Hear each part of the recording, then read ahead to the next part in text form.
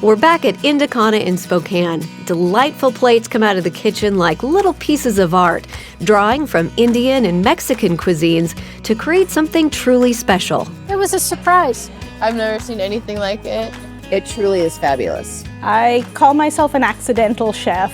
Chef and co-owner Noreen Hiskey started as a food blogger, then did pop-up restaurant concepts before she and her business partners sparked the idea of Indicana. We both are huge foodies and just looking for new, exciting places to eat in the city. India and Mexico have very similar cuisines, and it just kind of sparked a yes, this could work. We can't stop eating, and so much so that we're trying to figure out what we will take home to the people we left at home. It's exciting to me to use those flavors to be inspired by the produce around here.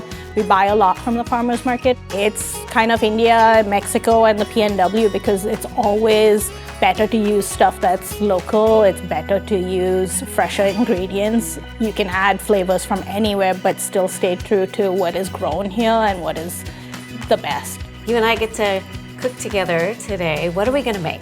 We're gonna make a stuffed poblano, which has lentil curry sauce on the bottom called dansak, which is Indian. I can't wait.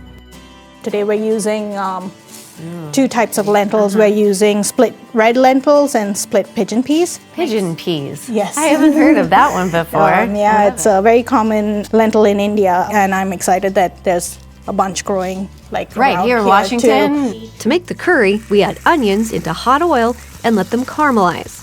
I like to call it our clean out the fridge kind Yeah, of that's curry. awesome. Because you can add any vegetables you Okay. have available. Today we've got zucchini, carrots, and acorn squash. Awesome. Acorn squash is where you can use the peel. Doesn't give you the best color, but ugly delicious is a thing. And so I don't care about the color if it tastes amazing. Right? I love Yeah. that. It's ugly delicious. Yeah, but definitely vegetables that are starting to show signs of not gonna last in your fridge There you it's a great way go. to use it. Yeah. Over here we've got a ginger garlic paste, Okay. a little chopped up Thai pepper, and then turmeric. Okay. Just for a little color. This is our dansak masala, which masala in India is like a different spice mix.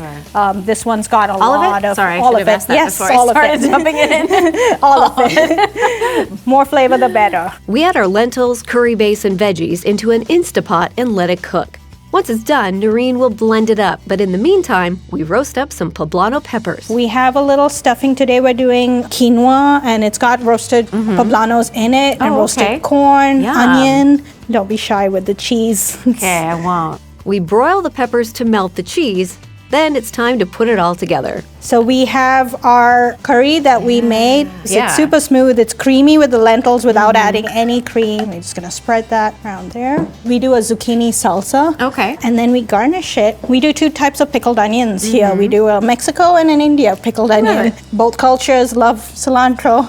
Yeah. So you gotta top it off with a Gotta little do that. cilantro. There we have it. Look at how beautiful that is. It is so colorful, just like both cultures. Yes, and just popping with flavors. Yeah. It's like an explosion of so many different flavors. It's a warm spice. Yeah, we warm. don't do a lot of like sharp heat, but we definitely don't skimp on the flavors. And it makes me happy.